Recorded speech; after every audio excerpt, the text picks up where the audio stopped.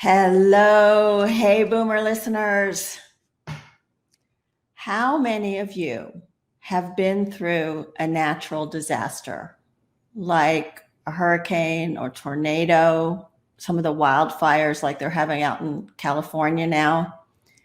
If you've been through anything like that, please let us know in the chat. We'll be watching for your comments. And Dan is going to give us a lot of information about that, and I will tell you about him later. Dan and I actually knew each other in high school, and then we pretty much lost touch after high school. But both of us have been through hurricanes because we grew up in Miami. And fortunately for us, at least I know for me, we didn't have a lot of damage to our homes, but certainly in areas around us in Miami, there have been a lot of very damaging hurricanes.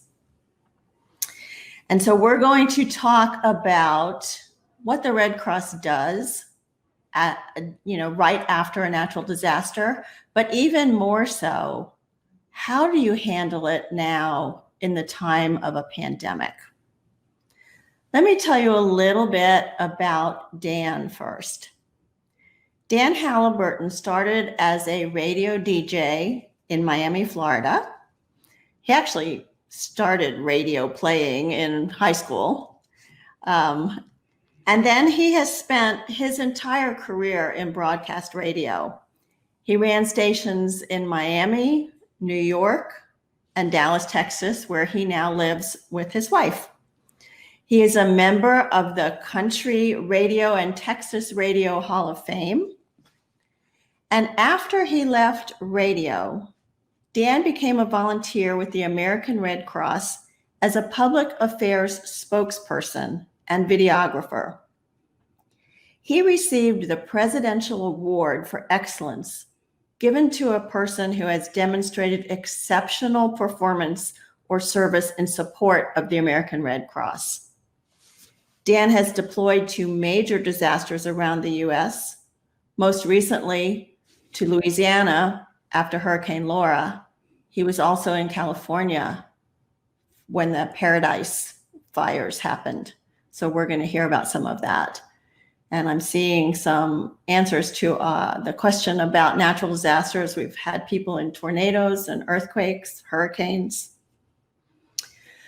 Before I bring Dan on, I just want to remind you what we're doing here in Hey Boomer. We are building a community, and we are a community of people that are active and involved and engaged in our community. We want to make a difference. We want to feel relevant. And being part of a community means being part of this conversation. So I have the privilege of talking to these amazing guests that we have each week. And I think that I am very lucky today to have Dan on as a guest. I also want you to be involved in the conversation. So please feel free to comment in the chat box, ask questions, give encouragement, any way that you want to be involved. Just be part of the Hey Boomer community. One more thing before I bring Dan on. A lot of us, since COVID shut down in March, and since we have no idea when this is all going to be over, a lot of us are experiencing a lot of anxiety. And I have been thinking about this and working on this because I experience it too. We all are. So I have decided to offer a 3-week community gathering. We're going to meet once a week, 3 times, and we're going to share about how to deal with this anxiety, how to find that sense of well-being, how to feel more grounded. I will be sending out information each week to prepare for the conversations, and then we'll Zoom together as a community, help each other, support each other. It's going to be an amazing thing. If you are interested in getting more information about that, you can email me. The email address is heyboomer 0413@gmail.com. And I really hope that you will be part of that community gathering. It should be so amazing and so supportive. So let me bring Dan on. Hello, Dan Halyburton. Hello, Wendy Green. How are you? I am good. I am so glad to have you on the show. Thank you. It's a pleasure to be on with you. And especially glad, Dan, because at one point you were scheduled and then you and Christy came down with COVID. We did. And so before we start, first of all, so grateful that you both have recovered, but can you walk us through a little bit what that was like? 1 month of our life disappeared.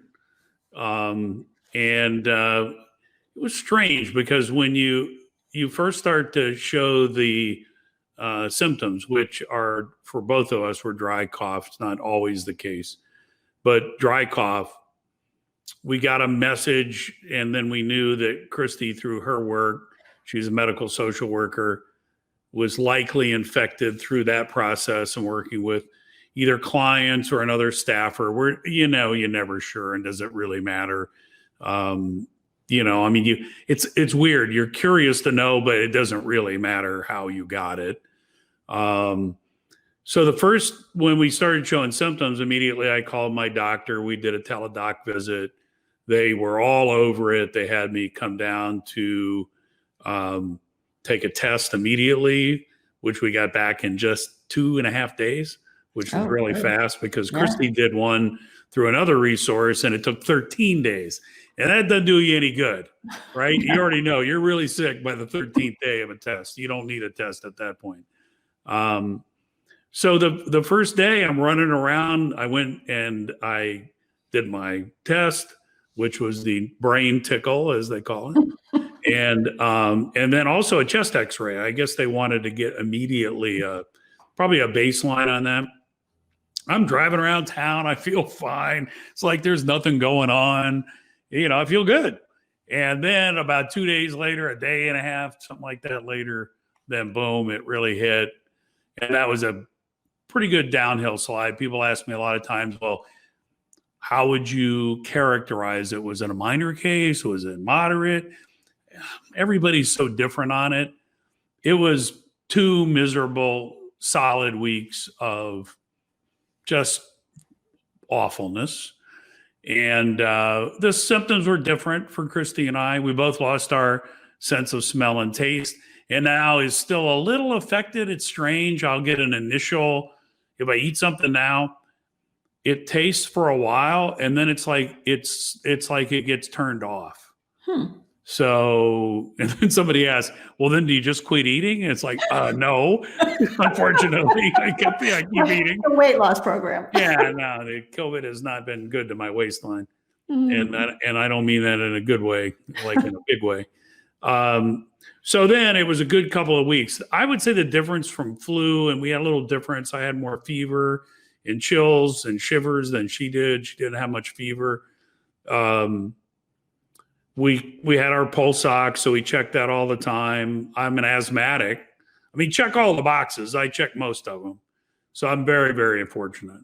But I'm an asthmatic. So on a pulse ox, the little thing they put on your finger to check your oxygen level, I'm never as good as most folks. Most people are 99 or 100, and I'm maybe 98 all the time. It's never better than that, maybe 97.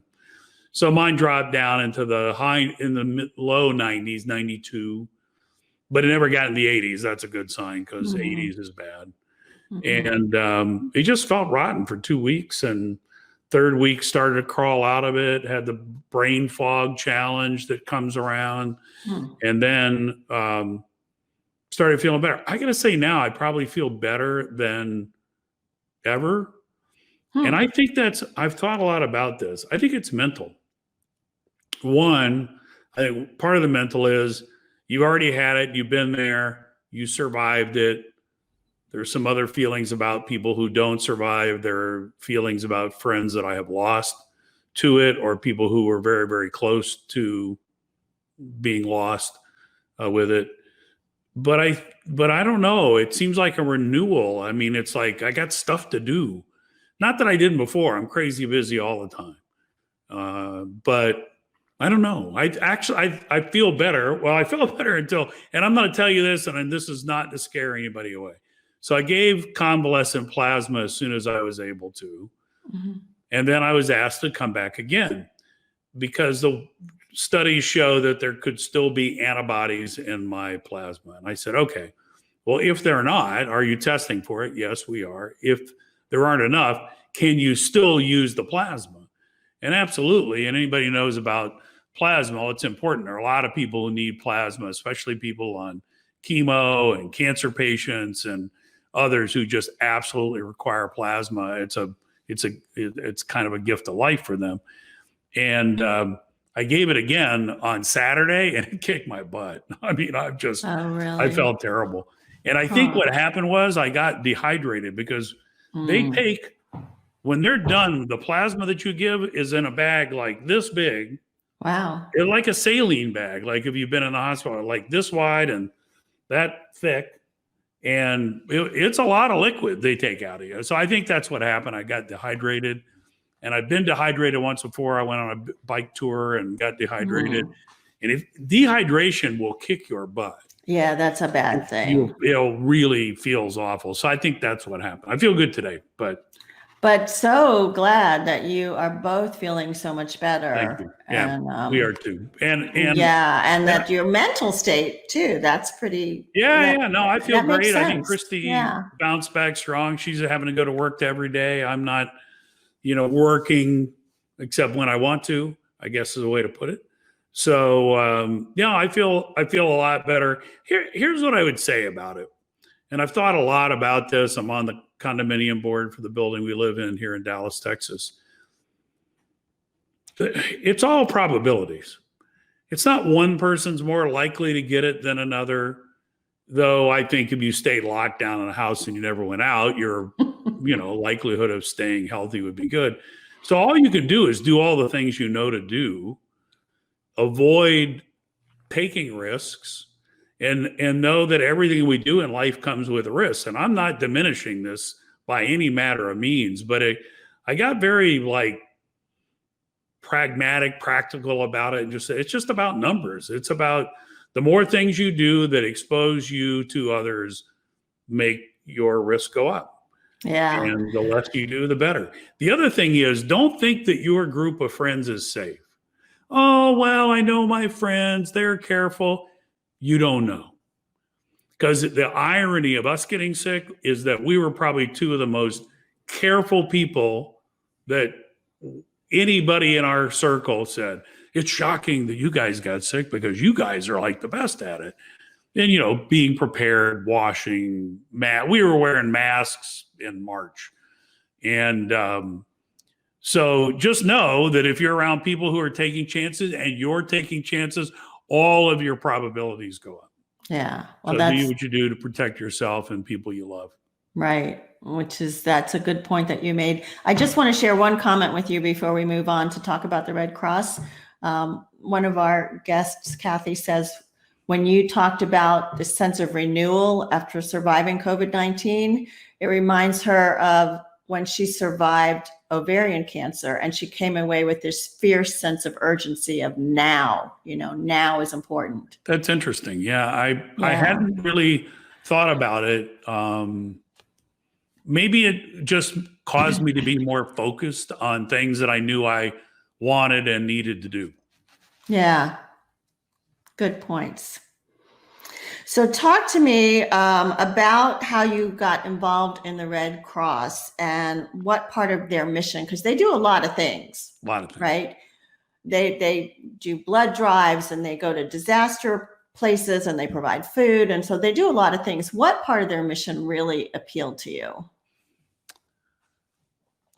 I don't think I knew until I got in there. I knew what the Red Cross did. Growing up in Miami, as you referenced, hurricanes were a part of life. I'm fascinated by weather. It's funny, you don't want to say, oh, I love hurricanes, because nobody really loves a hurricane. But, weather meteorologists are fascinated. And, intellectually about hurricanes. And one of the things I knew is the way the Red Cross responded to natural disasters. And I have to say, I probably always had a interest in that. I'm not a survivalist. I don't have I've got some standby food, but I don't have a year's worth. I'm not a prepper. But there's something fascinating about that. There's something really interesting about how the world deals with those kind of challenges. So I've always been interested in it. I had been working in the radio business. I stepped away from the day-to-day of that. I was involved in a technology firm that was radio centric. And it did not have the energy or the engagement with my fellow teammates that I had enjoyed in radio. One thing about radio stations, at least for my tenure in the business, is that there were incredible places of energy and interesting people. And, anybody that's if you will, an old timer in the radio business will tell you that what they really love about it is that sense of energy. I would equate it to, they talk about people who like to gamble. Mm-hmm. It isn't the winning, it's the game. And that's kind of what radio's like. It's the energy. And I miss that. And I also felt like when you're working in radio, your stations are often and are doing a lot of things to support the community. And I miss that because there's a sense of value, personal value that comes out of knowing that you've done something to help your fellow man. So that was always really important to me. And, I like to think that and I can tell you without question, I am a humanitarian. I care about my fellow human beings. And so Red Cross gave me that chance. And I was kind of bored, actually. I need something more to do, be engaged in. I thought, well, I'll be on a disaster action team. Those are the folks that go out in the middle of the night to a house fire, an apartment fire, some local disaster, and they're there to render aid to the people who are affected by that disaster. And I said, well, I can do that. I can get up in the middle of the night. I can go, and that would be interesting.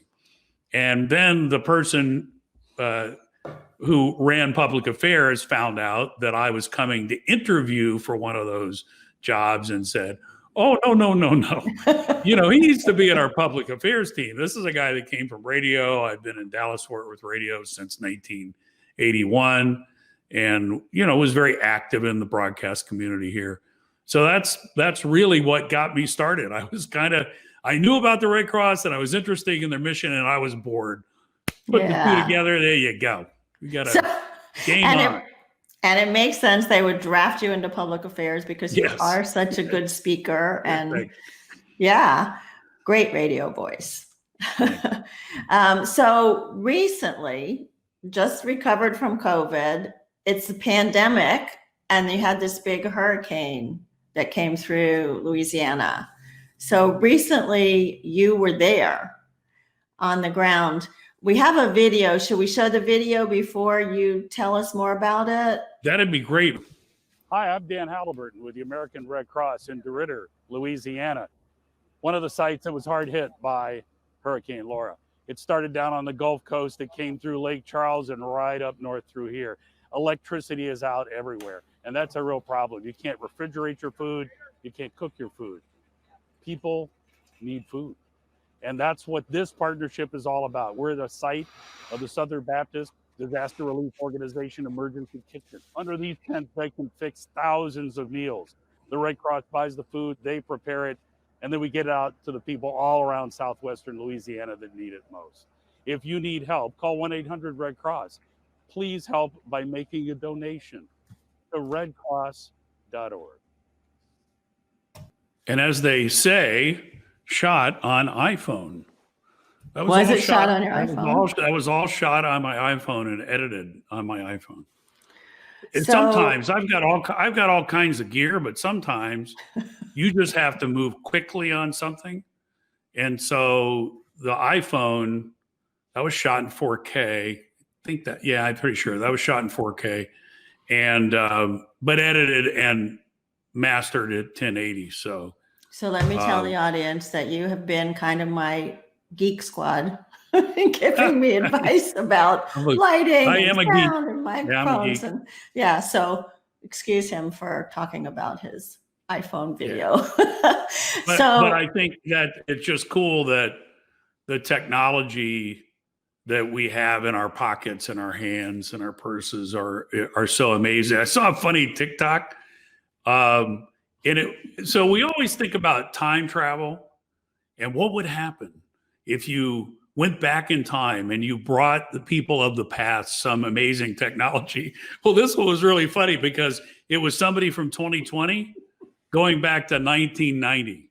Oh my gosh. We didn't have any of this. There was no streaming. There was no internet. There was kind of. Well, there was There internet. was no iPhones. Yeah. And it was funny. It just this short little comedy bit on TikTok explaining, well, it's really cool. Now you have this phone in your pocket. Well, why? I got a phone in my house. You're right. Don't you have a phone at your house? It just went back and forth with the comparisons. And the guy said, and finally at the end it says, what do you think of 2020? He said, you won't like it. That was the end of the bit. Yeah, 2020 is not the year you want to come back to. No. Yeah. So you got to Louisiana. It's a pandemic. So many houses destroyed. How does the Red Cross deal with trying to find housing and get food to these people, finding the people? How does that work? Well, it's really challenging. The nature of the hurricane in that part of Louisiana, while there were certainly houses that were impacted by the storm, the big problem was the electrical grid. By the time the winds got there, they weren't sustained and long enough to cause the kind of damage that you'll see with hurricanes, especially in Florida, where you got high category, lots of wind, and just relentless, and it just sits there and churns and tears things up. So you lost a lot of big trees. If a big tree hits your house, that's a problem, but mostly it was a power issue. And I had never seen that kind of devastation to an electrical grid. I don't know what it was that made that storm unique compared to my other experiences. But so the big challenge then is, people, especially if you're a little further inland, like where DeRidder is, or even Lake Charles, which is 35 miles from the coast, you say, oh yeah, I live in hurricane country, but how bad would it be, or how long would it take? Well, it took a long time because I was there a week and there were still long lines at fast food places to get food because people didn't have any power. Walmart was open, but unless you had a generator or a barbecue grill, which if you're if you're any kind of a Louisianian, you have a barbecue grill, right? So, you could do some barbecue work, but then you got to keep the food cold. And ice is like an incredible premium during a disaster. So you really need the kind of meals that are shelf ready or somebody to prepare a meal. And that's what you saw there. The Southern Baptist Disaster Relief Organization have these mobile kitchens that they can put on the road and deliver in a matter of a couple of 3 days to any location. And they can fix that day. That kitchen was another kitchen I saw was going to do 6,000 meals in a day. Oh my gosh. Hot meals. I mean, with protein, with vegetables, with a little snack, with some bread. It's probably not it's not the most elegant meal you've ever eaten, but it's hearty and it's, meant to kind of keep you going during that. I was at Hurricane Sandy, and at Aqueduct, there was a kitchen. They were producing out of that kitchen 16,000 meals a day. Wow. 16,000. Can you imagine what that's like? No. So yeah, that's the partnership that goes on during disasters. The Red Cross working with, people like the Salvation Army and the Southern Baptists and, so many. I mean, it's hard to name. And then the cities and the states and the federal government. There's just a lot of people that come to work on that. That's the good thing. The hard thing is if you're impacted by a disaster, it just takes a while to sew that quilt, if you will, that patchwork quilt of support that is there. It takes a little while to stand it up, and that's why people need to be prepared for a disaster.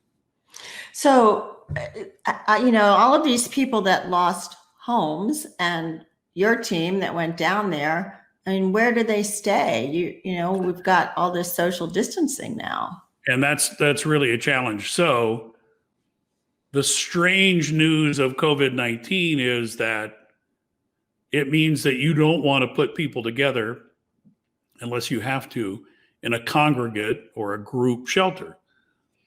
COVID-19 also hammered travel. So there are lots and lots and lots of empty hotel rooms. So the one caused two problems, but one of the solutions is that through state and federal money, they were able to put people into hotels. But if you can't put them in a hotel that doesn't have power. Well, yeah, I was going to ask.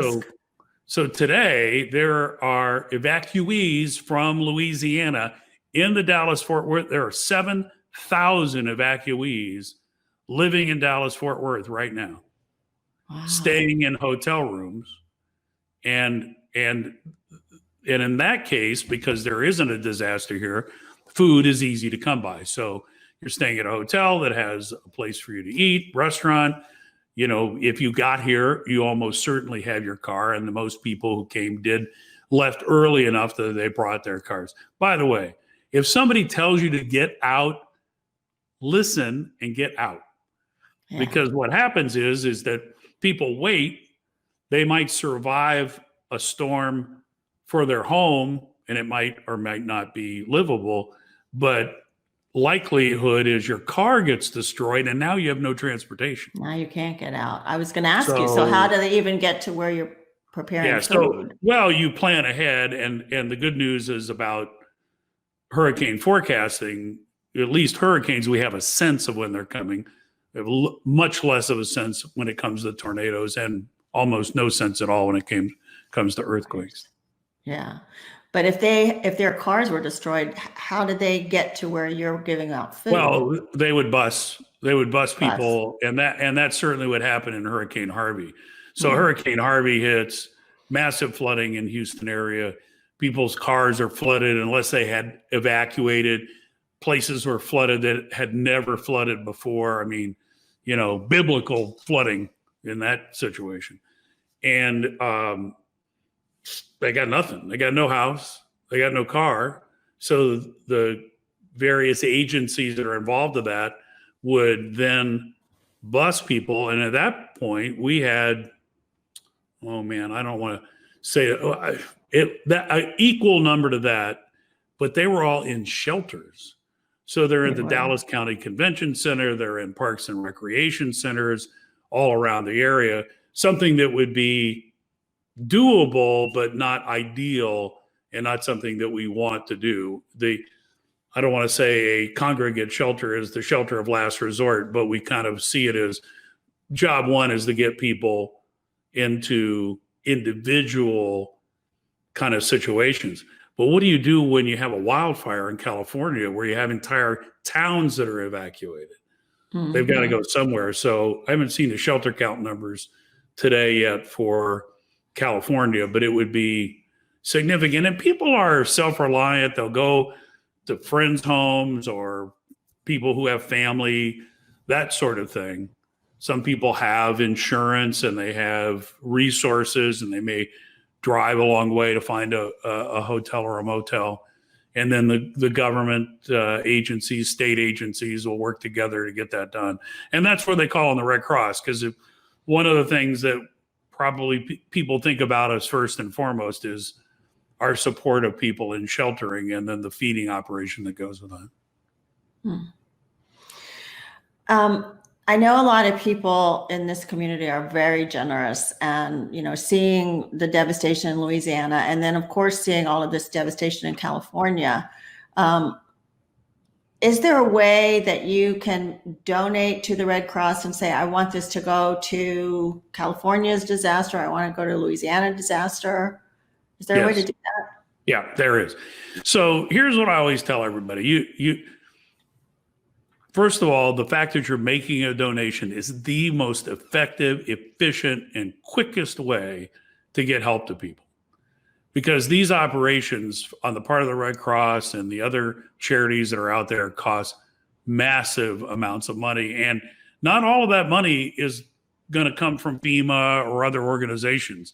They come from the people who have donated to the Red Cross. So in a case of like Hurricane Laura, you could certainly make a donation. You can go to redcross.org. You can put it, designate it is the words that we use. Designate it for Laura. You could designate it for California wildfires. I don't know if there's an Oregon or Washington designation yet. Kind of depends on the timing and the size of the event. So yes, you can do that. Okay. Here's what I like to encourage people to do. Make it to the General Disaster Relief Fund of the American Red Cross, and you'll help everybody. And you'll also help that individual, that community, that state, that city who will be impacted by the next storm that's coming in or the next disaster that hits. Because if you tell us that goes to Laura, it goes to Laura. That money stays there. When the money came in for the deadly tornadoes that have hit Moore, Oklahoma many times, but I was in the one that was so devastating that we lost an elementary school and school children were killed.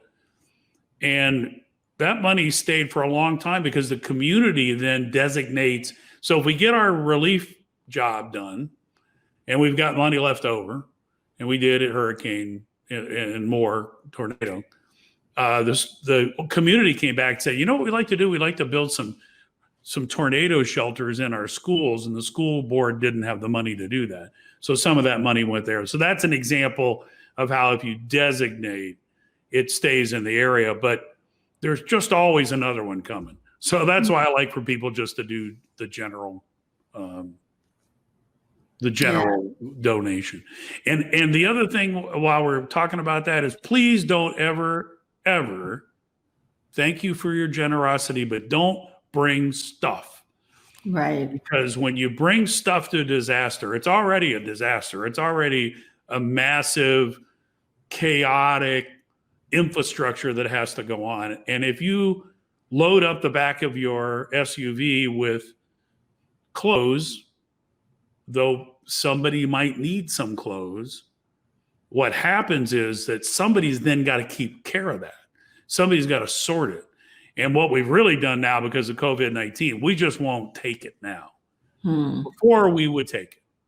And it created challenges, a lot of challenges. But now we can't even take it at all because of COVID-19, because we can't verify its cleanliness. And we certainly don't have the resources to go clean it. Right. So yeah. Even water. People, I know, here's what happens. When you see that on television, and you know there's nothing you can do about it, but you want to do something, and it's maybe close by. You say, well, if I loaded up the car and I went and did this, then that's a challenge. Now, if you have a special skill, I met a guy in a tornado here in Texas, and he was not able to really get around that well, but he couldn't walk. I walked into him. He had a sign on the side of his van. And I said, well, what do you do? And he said, I sharpen chainsaws. He says, if this had happened before when I was able to get around, I would have been out there clearing trees and helping people clear the limbs out of, cutting big trees down and limbs up and that kind of thing. But I can't do that anymore. So now what I can do is I can sharpen saws. And wow. That's awesome. So if for free, he's out there sharpening up chainsaws. And anybody knows anything about chainsaws, not that I know a lot, except they really need to be sharp, because if they're not sharp, they can be dangerous to you, right? Yeah. Because they might kick back, and there's other problems with a dull chainsaw. Plus, it just would go slow. So that I just thought, it's amazing what people will do to help one another during a disaster. People Sometimes do. they'll help other people before they even help themselves. Yeah, yeah. I wanted to show the video you have from the Paradise Fire. We've talked a lot about the hurricanes, but the fires are certainly going on. So Yes, I'd they like are. to show that because this is a very moving story.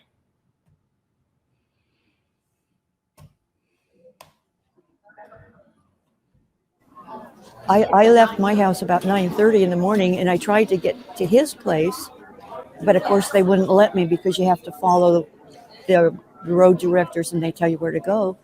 So, but at that point, there's fire all around you, and the trees are embers are falling, and I don't know where I'm going because it's in the morning, but it's dark. So I ended up way out of town. And I don't drive a lot, and I don't like to drive, but here I am, and I had to. So I just went where the car took me. The emptiness that you feel, not knowing what you're leaving behind, you know it's gone. And when we walked through these doors, and everybody just congregated on us, can we help you? What do you need? What can we do for you? It was heart-wrenching for me because I never thought I would laugh or smile again. And the outpouring of love that just comes from everybody here. It was wonderful. It is wonderful. They would sit with you and they hold your hand and they just let you talk and get it out. And that's what helped me the most. And they'd hug you and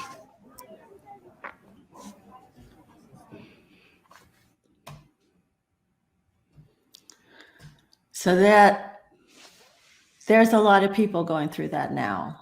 Yes. In California and Oregon. And what do you hear from there, and how do they deal with that right now? Well, it's hard. My videos make me cry. I never make videos with the idea that I want to make somebody cry. I really don't. And I cry really easy. I cry at stop signs. I cry easy.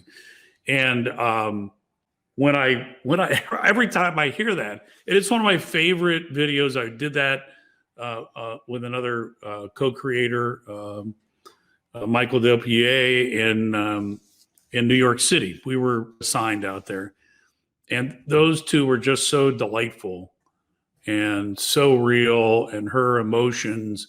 They, just to add to that story, they were in different places when the fire hit Paradise.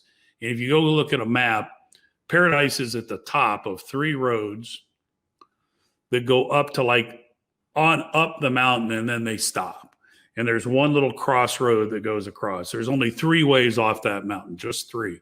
And they had gone to different areas when the evacuation began and the fire hit. And it was like a freight train, is what people say, in both the sound of it and the speed of it. And somehow then they got separated, and they didn't have their phones. They didn't know how to get a hold of one another.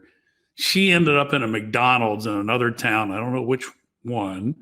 And she found a police officer, and she said, I live in Paradise, and I've lost my chip.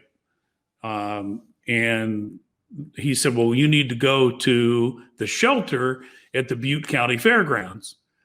And that's where he went, and they met each other after being separated by the fire at a Red Cross shelter.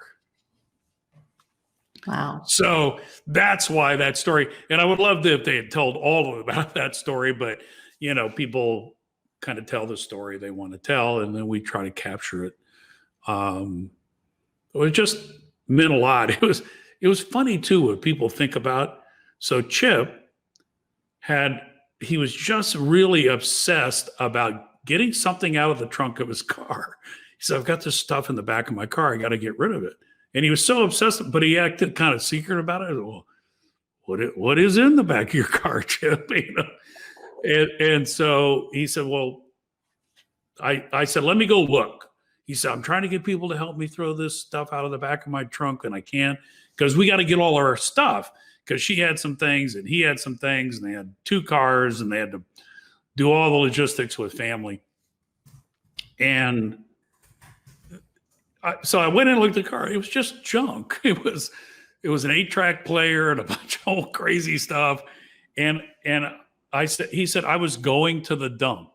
I was on my way to the dump with his stuff to get rid of it the day of the fire. I said, okay. So we drove his car around. Well, he did. I said, okay, I'll meet you over at this dumpster, and then we'll throw all that away. And we found a dumpster. That made his day. That was like the most important thing to him at that point in time, was I've got to get the junk out of my car. So there's just these little things you can do to help people that don't seem like they mean much, but to him, it meant the world. So, I mean, I think it's obvious that this has had a huge impact on you being there. Can you expound on that a little bit? Like, how has this changed your life? What has been the impact of being the Red Cross volunteer? I like myself. I liked myself fine, but I really like myself when I help people. I mean, I think we all like ourselves, kind of, mostly. Hopefully you do. Right. But when you know you help somebody, you feel really good about yourself. It's just a really wonderful feeling. And like I said, those little tiny things like helping Chip get the stuff out of the back of his car. Or maybe something bigger than that. I saw other people. I walked in behind, man, I wish I'd had a camera, behind 2 women, and they were talking, and they said, they say he's here. And I followed off behind them, and I said, well, have you talked to him? And there was back and forth. They were walking ahead of me. I couldn't hear all the story. And I watched them find their father at a Red Cross shelter. Several days after that, we drove up the mountain to Paradise, and I had never seen anything quite like it. I'd seen another wildfire that impacted a neighborhood, and that was pretty shocking.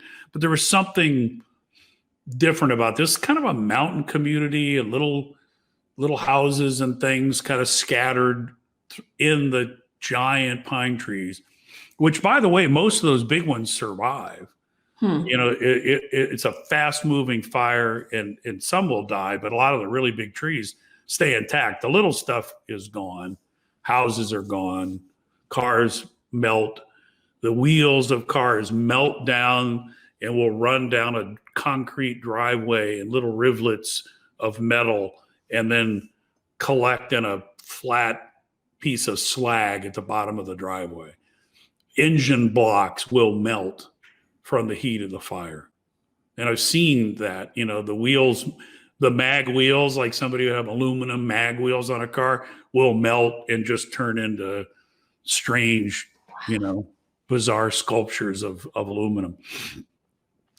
But so seeing all that and seeing how people survive and just being a little part, and I mean just a little part, I'm just a team member.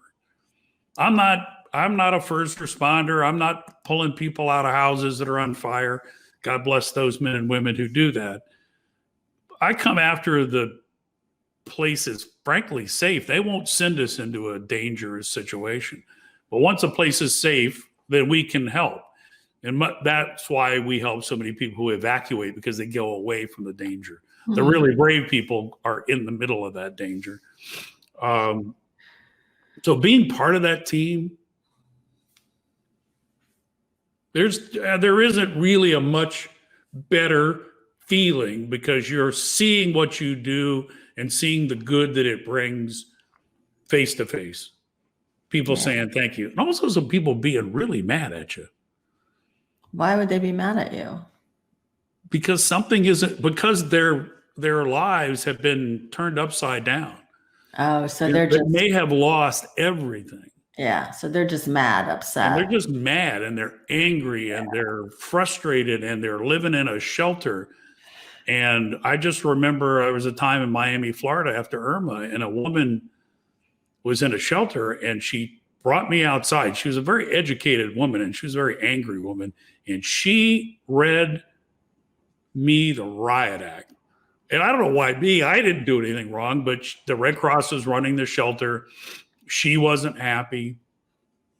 It's not nobody wants to be there. We make it the best we can make it. We find little interesting ways to make it go a little better. We celebrate people's birthdays and have birthday parties and, celebrate with ice cream and little things. Because the people who run those shelters really are dedicated. Yeah. They're volunteers. They do everything to the best of their ability. Sometimes they don't do it right. Sometimes people mess up. It's a disaster. It's a disaster. It's a disaster. And so I've been dressed down, got an earful. One of the things that when you do public affairs, one, we wear this nice black vest with logos on it, and it looks really good. It's made to look good on camera, right? But it also makes you look kind of like you're the boss, which you're not.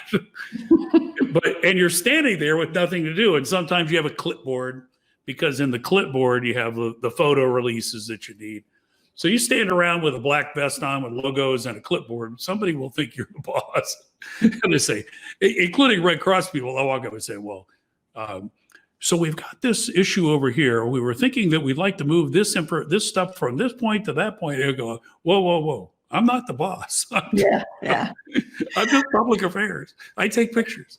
But that, so just I make light of it because it's fun in an odd way to say that, the sense of working together is something that makes human beings feel good about one another to accomplish something, whether it's a football team or a soccer or a badminton, or a Red Cross team. Or a Red Cross or Rotary or whatever. Yeah. So it makes you feel good about yourself to be part of that team. I always tell people it's an honor to be part of it. And it's an honor to have you here. You've been a great guest. I always ask my guests if there's one or two takeaways they'd like to leave for the Hey Boomer audience. I know you've given a couple of advice, but is there a couple of things you'd like to leave us with? Yeah. Well, let me do the Red Cross stuff first, and then I'll do some personal stuff. So on the Red Cross side, there are two things Red Cross needs right now. The first thing we really need are volunteers. Because of COVID-19, there are a lot of people who can't or won't be able to go out and be face-to-face and help people. That means people that are in a community probably near you. So, and even if you're not near the disaster, the fact that you might go in and learn to be a volunteer, and we do vet all of our volunteers, and there's a lot of training, and we'll work with you for the amount of hours that you have available. You don't have to do this like full time. I was gone in 2017 to hurricanes for 89 days of deployment. So no, we're not asking that of you, but any little bit helps. And if you can volunteer in your town, that means somebody there can go because they have the training to help. So volunteer.